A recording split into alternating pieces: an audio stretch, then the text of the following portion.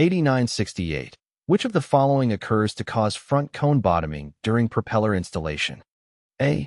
The front cone becomes bottomed in the front propeller hub cone seat before the rear propeller hub cone seat has engaged the rear cone. B. The front cone enters the front propeller hub cone seat at an angle, causing the propeller retaining nut to appear tight when it is only partially tightened. C. The front cone contacts the ends of the shaft splines, preventing the front and rear cones from being tightened against the cone seats in the propeller hub.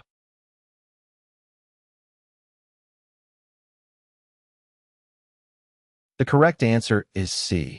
Front cone bottoming during propeller installation occurs when the front cone contacts the ends of the shaft splines, preventing the front and rear cones from being tightened against the cone seats in the propeller hub.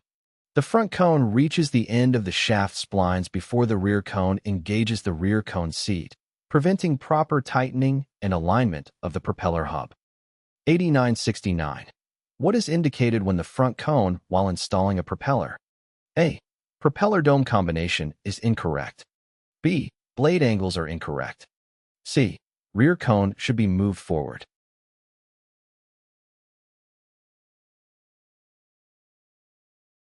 The correct answer is C.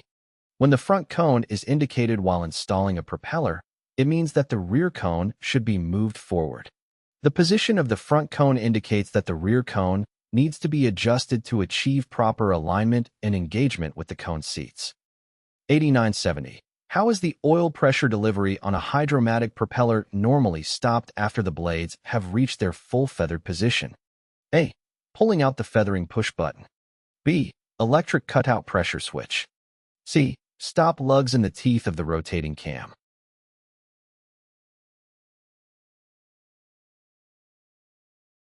The correct answer is B.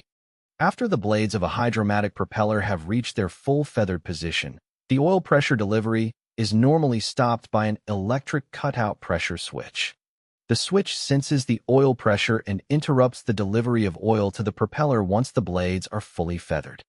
Q8971. The primary purpose of the front and rear cones for propellers that are installed on spline shafts is to A. Position the propeller nub on the spline shaft. B. Prevent metal-to-metal contact between the propeller and the spline shaft.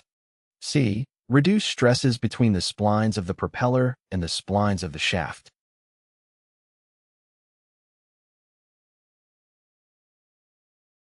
The correct answer is A.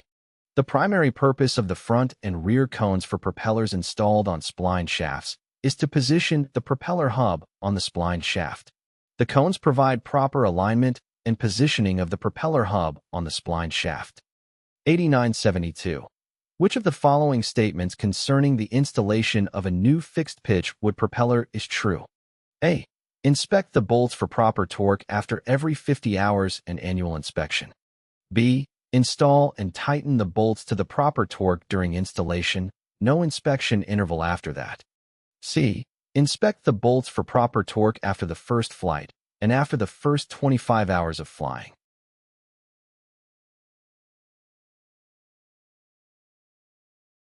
The correct answer is C. During the installation of a new fixed-pitch wood propeller, it is recommended to inspect the bolts for proper torque after the first flight and after the first 25 hours of flying. The bolts should be inspected to ensure they are tightened to the proper torque and remain secure.